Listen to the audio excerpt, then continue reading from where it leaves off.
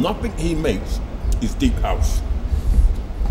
No. Not one of his tunes is deep house. This is what I hate about producers. Why? Why come on here and say I make deep house?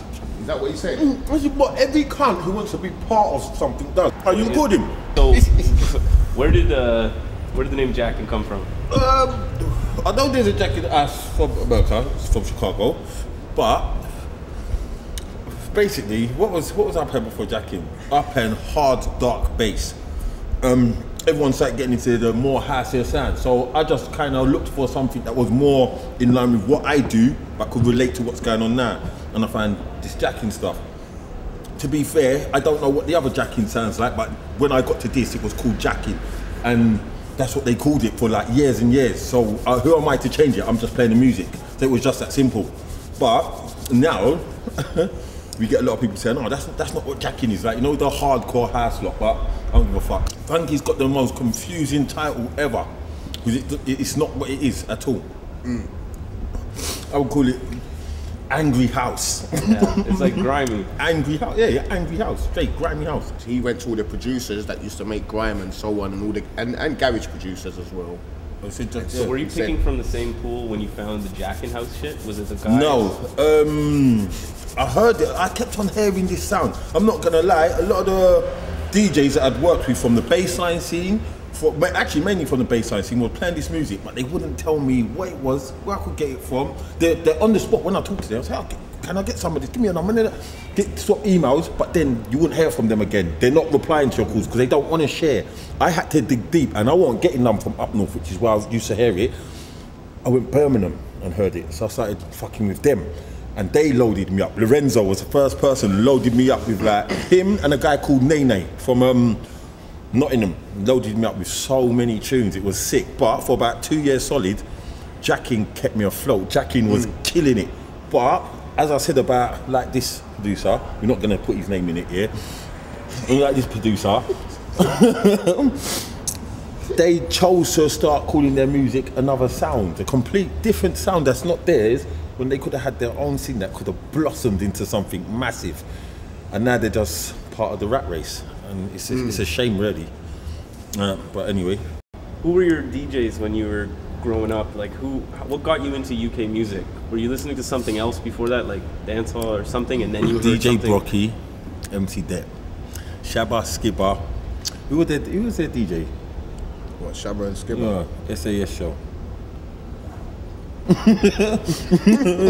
Who was it? I don't know. They had someone fabulous. Foreign music, you didn't hear underground foreign music, you heard pop foreign music, and I didn't give a shit about that. I didn't give a shit about hip hop, I didn't care about reggae. Like, I just knew this sound was what we was doing, and I liked it.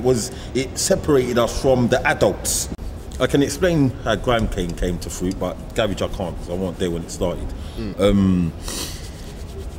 Garage was it was all nice, dancey, but we as youths wanted something to do, so we used to MC over jungle, innit? Like MC over garage, but we used to find the harder, darker sounds of the garage, and bit by bit more people started doing that. Like, this is from Genius, Slimzy, more Fire Crew, loads of people. The garage sounds that they were grinding for, like the youths that were on the street at the time, the garage sound that they were going for was the hard sound. In a way, like, producers started producing them hard beats just for them, because they know that there was clientele for it now.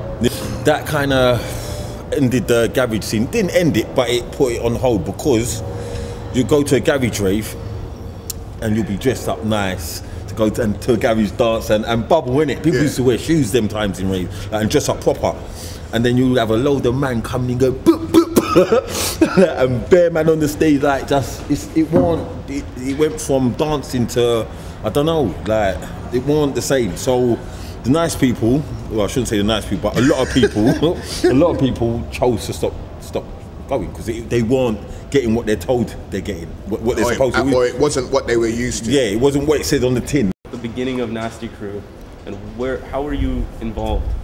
Heartless Crew showed that if you did everyone, because at one point everyone thought you had to sound the same. Heartless Crew kind of showed that you didn't. You have two different people and they can gel and make it work. Yeah. Now imagine having 5 people who can gel and make it work, all different, or 10. Now that's something, bro. Do you know what I mean? That's something special. The Wu-Tang. So that is what we was after. That I was after. Were you trying to like make money off of it? Was it Do you know something what? that you thought? Not at all. Because at that point, it wasn't like that. Everyone was just happy to go to raves. I remember getting to a rave, me, Sharky and Storm shaving £50. And I didn't give a shit, they didn't give a shit, we were just happy. If you're in that business, if you decide to take up music, then you want to go out and entertain people. That's the height of the game, innit?